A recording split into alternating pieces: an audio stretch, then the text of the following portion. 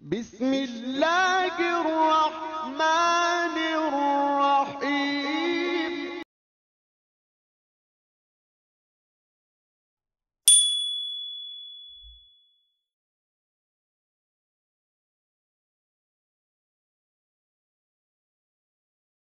Bismillahirrahmanirrahim.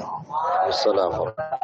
Alhamdulillah wassalatu wassalamu ala Rasulillah wa ala alihi wa sahbihi wa mawalah wa la hawla wa la quwata illa billahi wa ba'du. Alhamdulillah di malam hari ini kita bisa berkumpul lagi di tempat ini, tentu dalam rangka untuk thalabul ilmi. Salawat dan salam kita hadiahkan kepada Rasul kita Nabi besar Muhammad sallallahu alaihi wasallam. Malam ini kita akan mengkisahkan satu sahabat Nabi terkenal dengan pengorbanan mencari kebenaran. Sahabat ini dikenal namanya Salman Al-Farisi radhiyallahu anhu. Dia bukan orang Arab, tetapi dia asalnya dari Persia. Makanya Al-Farisi artinya orang Persia. Di Persia itu di Asfahan. Asfahan itu di Iran. Disitulah nanti Dajjal akan muncul. Dajjal itu akan muncul di Asfahan dengan 70.000 pasukan Yahudi, tapi di akhir zaman. Salman itu orang Asfahan, orang Iran. Ma'asyiral muslimin yang dimuliakan Allah Azza wa Jal, bagaimana kisah Salman Al-Farisi? Bagaimana dia mencari kebenaran Islam? Bagaimana dia mengorbankan waktunya hanya untuk mencari kebenaran sampai akhirnya mendapatkan agama Islam. Kenapa saya ingin mengkisahkan Salman Al-Farisi? Karena memang sejarahnya berbeda dengan sahabat-sahabat yang lainnya. Karena dia bukan orang Arab masalahnya. Sehingga patut untuk dijadikan percontohan bagi kita semangat menuntut ilmu, semangat berdakwah, semangat ibadah dan begitu seterusnya. Kita mulai dari kisah Salman Al-Farisi di Persia. Jadi Salman Al-Farisi itu orang tuanya bukan orang tua biasa, tapi dia pemimpin kaumnya. Orang tuanya kaya, pemimpin kaum, dan seorang yang taat beribadah dalam agama Majusi. Majusi itu agamanya menyembah api. Karena bagi mereka cahaya itu adalah Tuhan yang membawa kebaikan. Dan kegelapan itu Tuhan yang membawa keburukan. Makanya api tidak boleh padam 24 jam. Salman ini, walaupun dia anak orang kaya, anak pemimpin kabilah, tetapi Salman juga taat beribadah kepada Allah Azza wa Jalla. Sampai dia diamanahi oleh orang tuanya untuk menjaga api. Jangan sampai padam. Kalau padam, Tuhannya padamlah kan itu. Jadi suatu ketika, karena ayahnya itu kan punya perkebunan yang sangat luas di Persia itu. Banyak pekerjanya. Sehingga suatu ketika ayahnya politik atau mungkin urusan yang lainnya. Sehingga dia tidak bisa mengawasi kebunnya. Akhirnya Salman ini perintahkan ayahnya untuk mengawasi kebun ayahnya. Berangkatlah Salman Al-Farisi menuju kebun ayahnya itu. Masalahnya belum sampai ke kebun, karena Salman ini jarang keluar. Ketika itu dia melewati satu kanisa, mungkin semacam gereja di zaman sekarang. Karena di zaman itu kan agama yang paling benar adalah agama Nasrani. Karena Islam belum datang masalahnya. Jadi Salman ini melihat ada gereja, kok ada suara-suara dari gereja itu. Seperti orang yang sedang beribadah. Maka akhirnya Salman pun penasaran, diintiplah gereja itu. Ada apa isinya? Rupanya ada orang yang sedang beribadah, sedang belajar gitu. Dan melihat bagaimana khusyuknya mereka beribadah yang tidak ada pada agama Majusi. Apa faedah agama Majusi hanya menjaga api saja? Sehingga terpikir bahwa kok agamanya beda dengan agamaku. Langsung tertarik Salman ini. Sehingga akhirnya Salman memberanikan diri masuk ke dalam gereja itu, berjumpa dengan uskup di situ. Kemudian uskup ini orang jahat, saya tunjukkan gudang hartanya. Yang selama ini minta sedekah kepada kalian, harta kalian ada di gudang ini, katanya. Akhirnya kemudian dibukakan gudangnya, rupanya isinya perhiasan sedekah orang-orang kepada uskup tadi. Marahlah orang-orang, diikatnya kemudian jasad uskup ini di pohon, kemudian dilempari batu. Akhirnya kemudian digantikan dengan uskup yang baru. Dan uskup yang baru ini terbalik pula. Orangnya saleh, orangnya taat. Dan Salman suka karena nampak kerehannya, nampak ilmunya penggantinya ini. Tapi sayang usianya tidak lama. Kemudian ketika hendak menjelang ajalnya, Salman mengatakan, wahai uskup, kemana lagi aku harus belajar? Kalau engkau meninggal, kata uskup begini. Kalau untuk di Syam, kayaknya tidak ada uskup lagi yang benar, katanya. Kalau aku meninggal, kau harus pindah. Carilah uskup di Musil. Musil itu di daerah Irak. Di situ tempat Nabi Yunus diutus. Musil, Nainawa. Ya. Kau harus berangkat ke Musil sana. Di sana ada gereja, ada uskup terbaik. Akhirnya setelah meninggal uskup yang ada di Syam, Salman pun bergerak menuju Musil. Musil itu di Irak. Bayangkan dari Persia ke Syam, sekarang bertolak ke Musil, ke Irak. Ya. Kemudian sesampainya di Irak, di Musil ini, maka dia berhasil menemui uskup yang dimaksud tadi. Maka dia pun belajar kepada uskup itu. Lagi-lagi uskup itu sudah sepuh, tidak lama berselang akhirnya sakit dan menjadikan uskup itu meninggal. Namun sebelum meninggal, uskup ini berwasiat kepada Salman. Wahai Salman, kalau engkau ingin belajar lagi, temui temanku uskup, tetapi tidak ada di Irak. Dia ada di daerah Nasibi. Nasibi itu daerah Turki. Akhirnya dia berangkat dari Irak ke Turki. Bayangkan, kan? Berapa negara dia lewati itu. Ya. Sampailah dia di Turki. Kemudian dia cari tempat namanya Nasibi. Sudah dapat Nasibi, dia cari gereja, dapat uskup yang dimaksud. Belajarlah Salman kepada uskup yang ada di Nabi tadi. Allah takdirkan lagi uskup sudah sepuh. Baru beberapa tahun Salman belajar, uskup ini pula sakit. Kemudian sakitnya mengantarkan kepada kematiannya. Akhirnya Salman mengatakan, harus kemana lagi? Saya sudah dari Persia, kemudian ke Syam, kemudian ke Irak, sekarang ke Turki, gitu ya. Mau kemana lagi saya ini? Katanya uskup yang ada di Turki, aku tidak mengetahui uskup terbaik kecuali ada di Amuria, katanya. Akhirnya dia berangkat ke Amuria. Amuria ini, kalau kita mengupas sejarah, di zaman Imam Ahmad ibn Hanbal, ketika khalifah dikuasai oleh Mu'tasim. Khalifah Mu'tasim itu kan menguasai Baghdad di Irak. Ya, sementara Amuria itu masih perbatasan Turki sana. Jadi ada seorang wanita dilecehkan auratnya. Akhirnya kemudian ketika dilecehkan kehormatannya, wanita ini berteriak-teriak, wah Mu'tasimat, wahai Khalifah Mu'tasim, tolong aku. Padahal Khalifah Mu'tasim ada di Baghdad, ini di Amuria di Turki. Kata orang-orang kafir yang ada di Amuria ini, ngapain kau teriak-teriak? Khalifah Mu'tasim jauh di Baghdad sana, nggak mungkin dia datang ke. Rupanya ucapan orang kafir ini terdengar oleh seorang Muslim. Akhirnya bergegas dia dari Turki menuju Basrah, menuju Baghdad. Dikasih tahu bahwa ada seorang wanita teriak-teriak memanggil nama wahai Khalifah. Langsung Khalifah itu menggerak pasukan jual kepada seorang Yahudi, jual kepada seorang Bani Quraidah itu. Hiduplah Salman bersama orang-orang Yahudi. Tapi dia tidak tertarik dengan agama Yahudi. Kenapa? Karena sudah ada maklumat akan datang seorang nabi kan. Ya.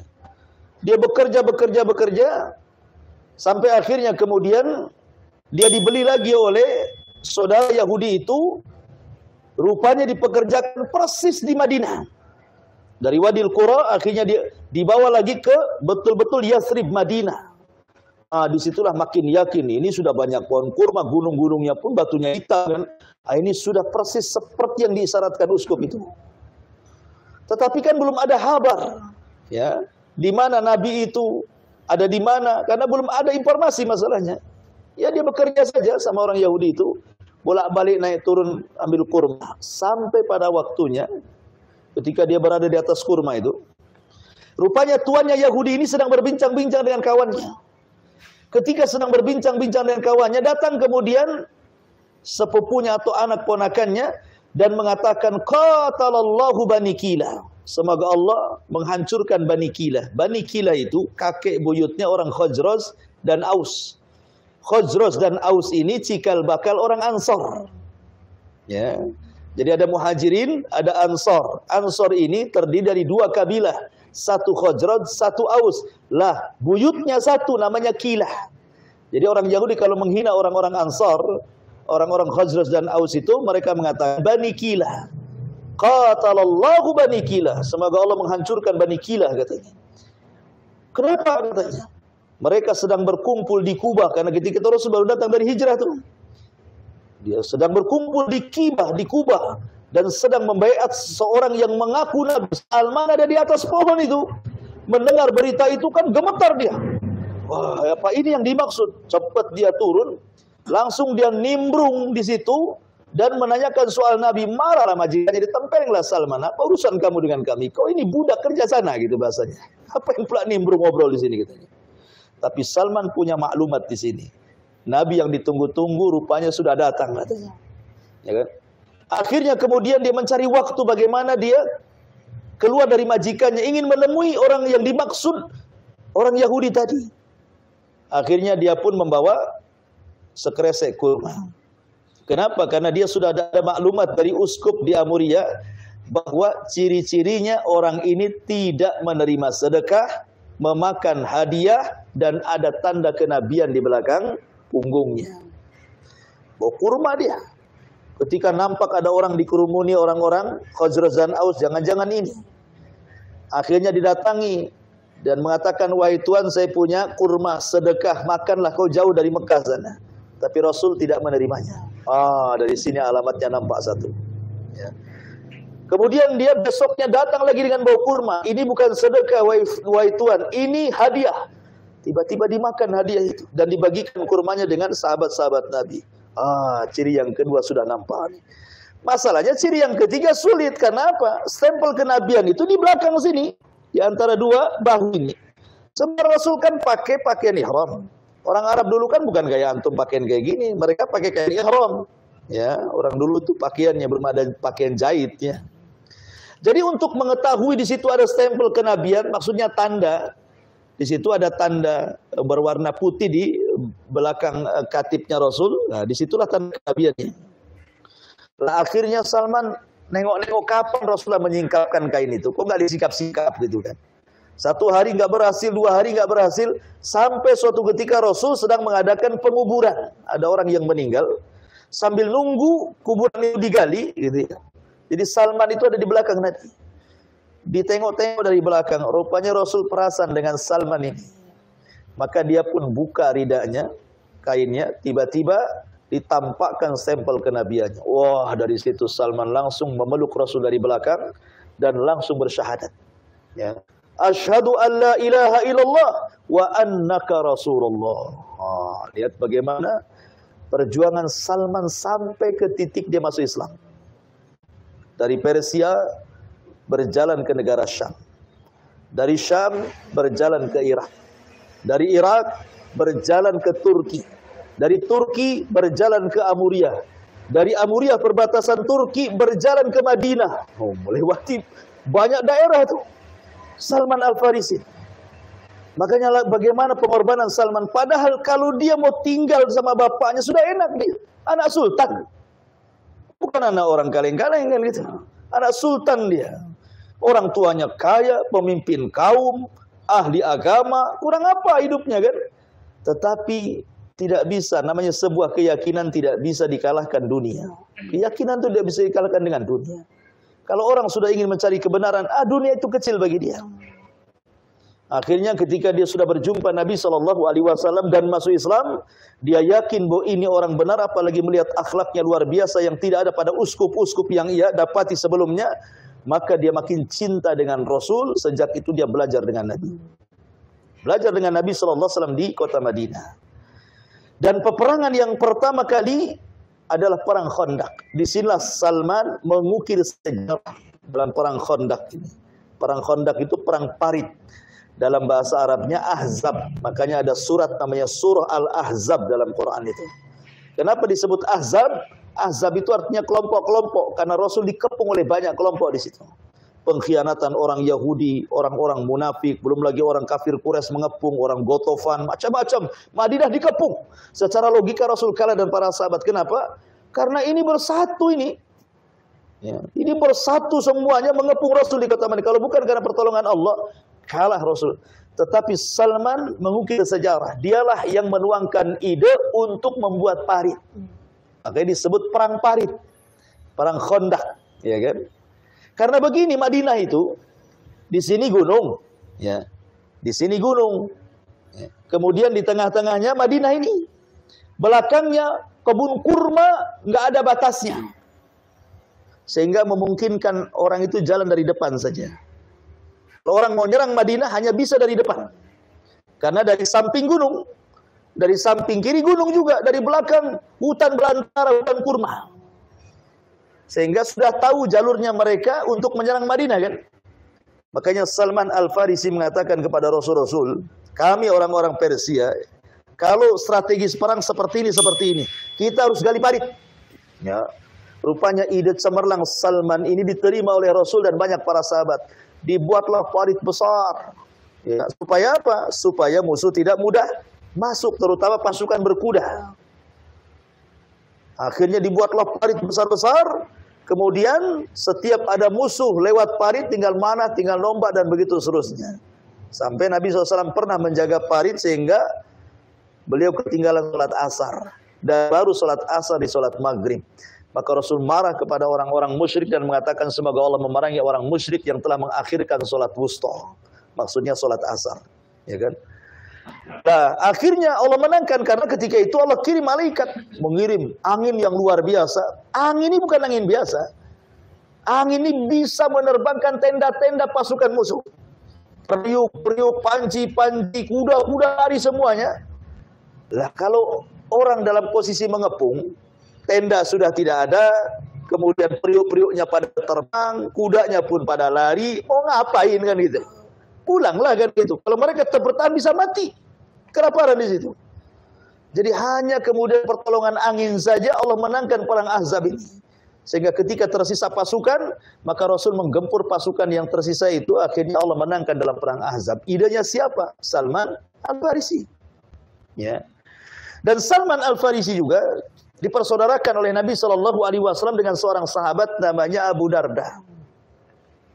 Karena misi Rasul itu hijrah dari Mekah ke Madinah itu kan untuk mempersatukan Ansar dan Muhajirin. Dan Salman dikategorikan Muhajirin. Karena dia bukan orang Madinah asli, dia kan orang Persia, datang sebagai Muhajirin, hijrah dari sana ke Madinah. Maka dipersaudarakan oleh Rasul dengan orang Ansar namanya Abu Darda radhiyallahu anhu. Abu Darda ada kisah sendiri dengan Salman Al-Farisi. Mungkin sebagian kita pernah mendengar kisahnya. Jadi Abu Darda ini sejak dia masuk Islam, dulunya peniaga ulung juga, kaya orangnya.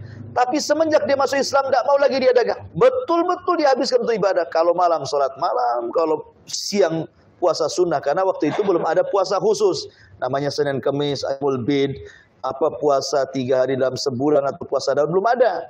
Sehingga bisa puasa tiap hari. Puasa mutlak. Ya kan?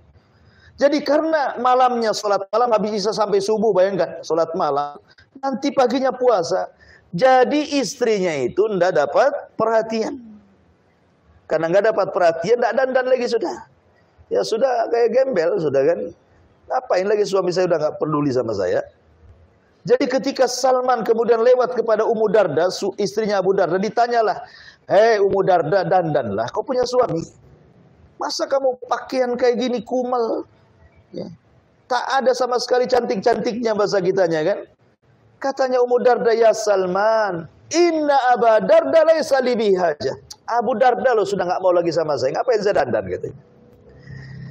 Jadi istri zaman dulu, ya kan, mereka dibiarkan oleh suaminya karena ibadah. Jadi suami itu tidak memperhatikan istri karena ibadah. Kalau suami sekarang jangan harap tuh. Kalau sudah tidak memperhatikan istri, bahaya. Bukan ibadah itu. Ya, ada kesibukan lain. Ya, suami sekarang ini. Jadi akhirnya kemudian Salman mengatakan, bilang sama Abu Darda, besok saya mau bertamu. Akhirnya kemudian Ummu Darda ngomong kepada suamiku, saudaramu Salman akan datang. Wah, senang dia. Kenapa? Karena ikatan iman. Ya, kalau saudaranya datang senang. Kalau kita kan saudara dari kampung datang senangnya sehari, nggak senangnya sebulan. Kapan dia balik ngabisin nasi aja di sini. Gitu ya. Jadi tidak suka kadang-kadang lama-lama. Jadi Abu Darda ini langsung menyediakan kamar, menyediakan makanan enak. Pokoknya diabu betul sebelum Salman datang. Ketika Salman datang, maka Salman disuruh makan. Kata Salman, saya nggak mau. Kamu harus makan. Kata Abu Darda, nggak bisa saya puasa. Nggak bisa, saya tidak akan makan sampai kau makan. Terpaksalah dia buka puasa. Akhirnya malam hari Salman tak tidur. Kata Abu Darda, tidur, saya mau sholat. Nggak, sampai kau tidur juga di sampingku. Akhirnya dia nggak meninggalkan sholat malam, tidur pula di samping Salman. Karena menghargai Salman. Sepertiga malam bangun, kemudian sholat sama-sama. Pagi harinya kata Salman, sini Abu Darda, saya ingin kasih tahu. Kamu itu harus membagi waktu 3. Sepertiga untuk Allah, sepertiga untuk dirimu, sepertiga untuk keluargamu. Jangan seperti ini. Tapi Salman nggak mau. Dia ingin waktunya dihabiskan untuk Allah. Sampailah berita ini kepada Rasulullah. Apa kata Nabi SAW? Shadaqa Salman. Salman telah benar. Akhirnya ketika Rasul mengatakan Salman telah benar, Abu Darda langsung mengganti kehidupannya seperti yang dinasihatkan Salman. Dia bagi sepertiganya untuk istrinya, dia bagi sepertiganya untuk dirinya, dia bagi sepertiganya untuk Tuhannya. Ya. Intinya bahwa Salman Al-Farisi akhirnya meninggal di zaman kekhilafan Utsman ibn Affan. Di akhir-akhir kekhilafan Utsman ibn Affan, Salman meninggal dunia. Jadi inilah kisah korban Salman mulai dari Persia sampai ke Madinah dan meninggal pada kekhilafan Utsman ibn Affan. Apa pelajarannya di sini? Pelajarannya ada namanya tadhiyah, pengorbanan. Gitu ya. Pengorbanan besar Salman ini. Zaman dulu ya, safar dari satu negeri ke negeri berikutnya itu bukan kayak kita safar sekarang, ada pesawat, ada ini. Bisa jalan kaki, paling tinggi naik unta.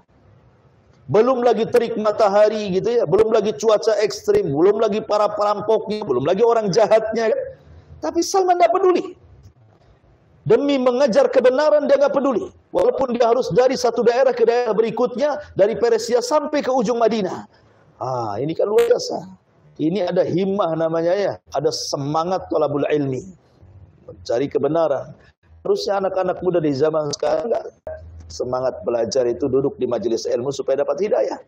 Ya. Maka itu yang paling penting pelajaran Salman adalah tadhiyah, pengorbanan bagaimana seorang sahabat mencari kebenaran sampai seperti itu perjalanannya. Makanya wajar Salman Al-Farisi radhiyallahu an menjadi sahabat yang sangat dicintai Nabi. Ya. Sampai ketika sakaratul maut, Salman ini mau meninggal dunia, di sampingnya ada sahabat, saya lupa namanya. Salman menangis sebelum meninggal tuh.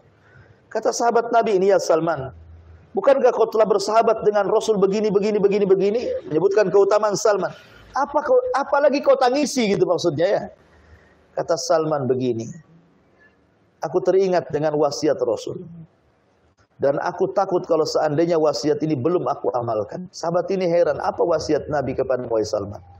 Kata Salman, Rasul pernah bersabda, jadilah di dunia ini dan bawalah bekal secukupnya. Ketika itu Salman tidak bawa dunia, padahal hanya bawa beberapa dirham saja di kantongnya kan. Ya, merasa bahwa itu sudah memberatkan kematiannya. Sehingga kemudian wasiat ini sampai kepada sahabat yang ikut menangis. Jangan-jangan kami pun seperti Salman. Jangan-jangan kami pun seperti Salman. Akhirnya Salman pun wafat, gitu ya. Dalam kondisi dia melaksanakan wasiat Nabi sallallahu alaihi wasallam. Ketakutan kepada membawa dunia luar biasa. Ya, karena Salman itu kalau ingin jadi orang kaya, tidak perlu dia hijrah ke sana kemari. Cukup dia tinggal di kampungnya. Tapi karena kebenaranlah yang menjadikan gerak langkah Salman sampai dari satu negeri ke negeri berikutnya sampai mendapatkan hidayah di kota Madinah. Wallahu a'lam. Ini sejarah singkat daripada Salman Al-Farisi radhiyallahu anhu. Ya. Apa sih sinyalnya nggak bagus ini? Nggak bagus ya? Sudah bagus. Harus pasang wifi berarti sini ya. Tapi jangan lupa ya, like and share gitu kan. Subscribe atau boleh istilahnya ya. Iya. Tapi sebelum saya tutup silakan kita buat tanya jawab.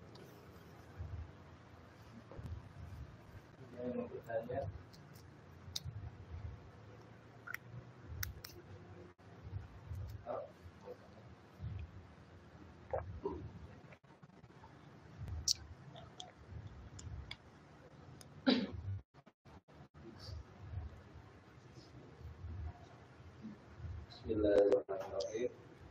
Assalamualaikum warahmatullahi wabarakatuh. Waalaikumsalam. Saya mau bertanya tentang semangat para alumninya Salman Al-Farisi radhiyallahu anhu. Bagaimana Ustaz untuk mendapatkan semangat itu? Jujur, saya pribadi sempat mendukung buku, bahkan sempat terbesit ingin ke Madinah, Ustaz, meninggalkan anak istri, tapi setelah saya pikir-pikir lagi, saya masih banyak perjuangan juga di sini dan tidak direstui oleh yang saya sendiri. Nah, jadi setelah saya pikir-pikir, mudaratnya kadang lebih banyak. Nah, kalau di sini semangat itu nggak tahu tidak begitu menghembus lah. Muncul tenggelam gitu ya. Padahal banyak sekali kajian-kajian yang sudah ada bahkan di tempat Ustaz sendiri, terus di saya belajar juga di belakang saya. Jadi bagaimana Ustaz menambahkan giroh itu Ustaz untuk kami ini supaya bisa bersemangat. Tapi kalau sekarang ini alhamdulillah kami semua semangat, insyaallah. Dan program tahun depan insyaallah kita mau 2 kali dalam seminggu, Ustaz. Insyaallah. Mungkin itu pertanyaan dari saya, menimbulkan bagaimana menimbulkan semangat sama Farisi untuk para Ustaz. Iya. Iya, bagaimana tip gitu ya. Supaya semangat belajar. Hati manusia itu kadang-kadang memiliki iqbal wa idbar. Iqbal menerima nasihat, idbar menolak nasihat. Artinya terkadang manusia itu ada di puncak semangat, ada di puncak futur. Itulah manusia. Karena hari itu berputar, tidak mungkin semangat dan nggak mungkin putar terus gitu ya. Jadi begitulah naik turun sesuai dengan naik turunnya iman. Iman kan naik turun. Ya. Akan tetapi dengan terus seseorang itu belajar, ketika dia tahu hakikat ilmu, nanti semangat datang sendiri. Biasanya orang yang belajar itu kan enggak tahu hakikat ilmu. Ilmu itu penting loh. Ibaratnya begini ya. Kalau apa disebut jalan yang lurus? Artinya jalan yang lurus di sini, ketika lurus artinya tidak baik. Jalan itu pertama lurus, jangan bengkok. Yang kedua harus luas supaya mudah melewatinya. Yang ketiga harus dekat supaya tidak lelah. Kan itu ya. Sebab kalau jalan itu sudah sempit, jauh lagi kan, bengkok lagi, lelah jadinya. Kita kan mau cari jalan itu yang lurus, yang luas, yang dekat. Kan enak. Lah, Dekatnya jalan itu menuju surga hanya dengan ilmu. Kita cari alamat saja, kalau tidak tahu ilmunya, ubek-ubek satu hari nggak akan ketemu. Tapi kalau tahu ilmunya sebentar ya sampai. Ya kan? Makanya Nabi SAW mengatakan, "Man salaka tariqan yaltamisu fihi ilma, sahhalallahu bihi tariqan ilal jannah." Siapa yang menuju sebuah ilmu, belajar di situ, maka hakikatnya dia telah memudahkan jalan dia menuju surga. Allah mudahkan. Bagi orang lain itu sulit jalan ke surga, bagi dia mudah. Kenapa? Tahu ilmunya, masalahnya kayak gitu. Jadi ilmu itu menyingkap semuanya, yang sulit jadi mudah. Orang kalau pandai matematika, dia ngitung-ngitung sebentar saja. Ada orang yang matematika nggak pakai kalkulator itu. Kalkulator berjalan sekian tahun. Ruas-ruas jadi ilmu dia. Tapi kalau orang nggak pernah belajar matematika, dia nggak mungkin lepas dari kalkulator. Hilang kalkulator, bingung. Berapa ya? Berapa kembaliannya ya? Stres ya kan? Lah itulah dalam dunia saja kalau ilmu itu juga memudahkan, apalagi dalam urusan agama. Jadi ilmu itu memudahkan orang masuk surga. Lalu bagaimana caranya? Pertama, berdoa kepada Allah. Nabi loh sudah dijamin surganya oleh Allah, tetap saja berdoa, Allahumma Rabbi zidni ilma. Itu Nabi itu. Ya Allah tambahkan ilmu. Nabi saja ngomong tambahkan ilmu, masa kita tidak? Ya, harusnya kita lebih lagi katakan Rabbi zidni ilma. Yang kedua, lingkungan. Yang membuat semangat atau futur itu lingkungan biasanya. Kalau Anda hidup di lingkungan orang ngaji gitu ya, biasa ada taklim kayak gini, semangat. Ya, tapi kalau lingkungannya tidak ada kajian, jauh dari kajian, nggak akan semangat. Kenapa? Karena lingkungan itu paling cepat mempengaruhi. Paling cepat lingkungan itu dibandingkan ustadz itu sendiri. Maka lingkungan harus baik. Termasuk dari cari kawan yang baik. Makanya kata para ulama, kalau Anda berkawan 40 hari saja dengan orang baik, pasti baik. Tapi kalau Anda berkawan dengan orang jahat 40 hari saja, pasti jadi jahat. Makanya orang Arab mengatakan as-sahib sahib. Kawan itu narik, gitu bahasanya ya. Narik ke yang baik, narik ke yang buruk. Makanya Rasul mengistilahkan kalau kita berkawan dengan orang baik, maka seperti berkawan dengan orang yang jual minyak wangi. Lihat penjual minyak wangi itu. Pertama, mungkin kita beli minyaknya. Atau yang kedua, kita tidak beli. Akan tetapi harumnya sampai ke kita. Atau boleh jadi dia datang, kemudian dia ambilnya didolet-dolet ke kita. Supaya kita beli kan itu ya. Ada tiga ini saja kalau penjual minyak wangi itu ya. Antum datang ke toko minyak wangi, cuma 3 saja. Mungkin Anda tidak beli tetapi mencium wanginya. Atau Anda beli minyak wanginya, atau sama penjual minyak wangi disemprot-semprotnya kita. Gitu ya. Itulah hakikat kawan yang baik itu. Boleh jadi kebaikan dia berpengaruh kepada dia. Itu yang meninggal siapa ya? Itu loh kawannya si Anu. Nah, kan? Kawannya pula si Anu kena jadinya. Kalau kawannya baik kan pasti akan jadi baik itu ya. Atau dia mempengaruhi dengan cara apa? Dengan cara menyemprot minyak wangi itu, dia datang menasihati kita ya. Atau kita yang minta nasihat dengan cara tadi membeli minyak wangi. Antara 3 itu saja itu, kawan yang baik itu. Kita minta nasihat dia, atau dia memberikan nasihat kepada kita, atau dia memberi pengaruh yang terbaik bagi kita. Menjaga kita. Lah kalau kawan yang jahat, kata Rasul, seperti pandai besi katanya. Anda berkawan dengan pandai besi, kan ada cipratan-cipratan apinya tuh kan. Kalau dekat-dekat, bakar kita. Ya. Artinya bahwa lingkungan itu yang merubah. Kemudian yang ketiga, mengetahui keutamaan ilmu itu sendiri. Orang kalau tidak mengetahui keutamaan itu kan pasti tidak semangat. Sama ketika bekerja, kalau tidak tahu gajinya kan nggak semangat. Saya gaji berapa ini dari pagi sampai sore? Pokoknya kerja saja, males lah kan begitu ya. Nah, tapi kalau seandainya gajinya berapa? Oh, 1 hari 1 juta. Belum dibuka pintu dan ngantri depan. Ya kan? Karena tahu keutamaannya. Maka ilmu juga sama. Kalau kita tahu keutamaan ilmu itu, tidak mungkin orang malas belajar. Keutamaannya surga macam-macam, malaikat datang menaungi kita, menurunkan rahmat, berkah macam-macam kalau kita bicara tentang keutamaan ilmu. Artinya kenali keutamaan ilmu supaya kita makin semangat belajar gitu. kemudian juga harus dilawan hawa nafsu itu. Kalau tidak dilawan tidak bisa. Ya, hawa nafsu ini bahaya sebahaya-bahayanya hawa nafsu ini. Makanya kenapa kita harus banyak ta'awud. Intinya bahwa teruslah istiqomah seperti ini. Insya Allah nanti pada waktunya juga akan disenangkan dengan ilmu. Terkadang ada orang itu lantaran paksaan, mungkin bos suruh ngaji terpaksa lah duduk. Awalnya begitu. Ya, nggak enak nanti dipecat pula saya di sini, gitu ya. Nggak apa-apa. Awalnya niatnya bukan karena Allah. Kata Imam Syafi'i rahimahullah taala, ya kan? Talabtul ilmi ajli dunya. Dulu aku mencari agama, kata Imam Syafi'i, belajar agama itu karena dunia, katanya. Itu Imam Syafi'i. Kenapa? Karena Imam Syafi'i itu ketika masih remaja, dia kan anak yatim. Dia cari pondok-pondok yang gratis, kalau sekarang ini semacam panti asuhan lah. Dia tidak ingin belajar, hanya ingin numpang makan di situ. Imam Syafi'i itu.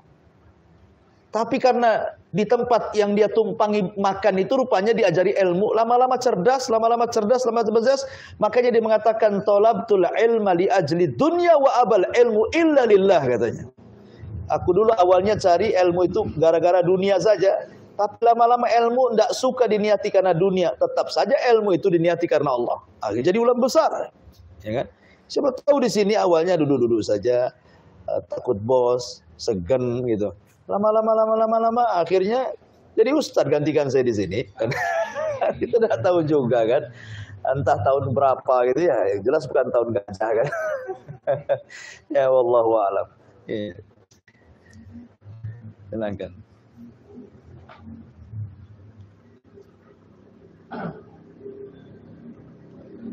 Oh. Cukup, kita tutup. Alhamdulillah, kalau cukup. Ada lagi? Taib. Subhanakallahumma bihamdika, asyhadu an la ilaha illa anta, astaghfiruka wa atubu ilaik. Allah ta'ala. Assalamualaikum warahmatullahi wabarakatuh. Masya Allah.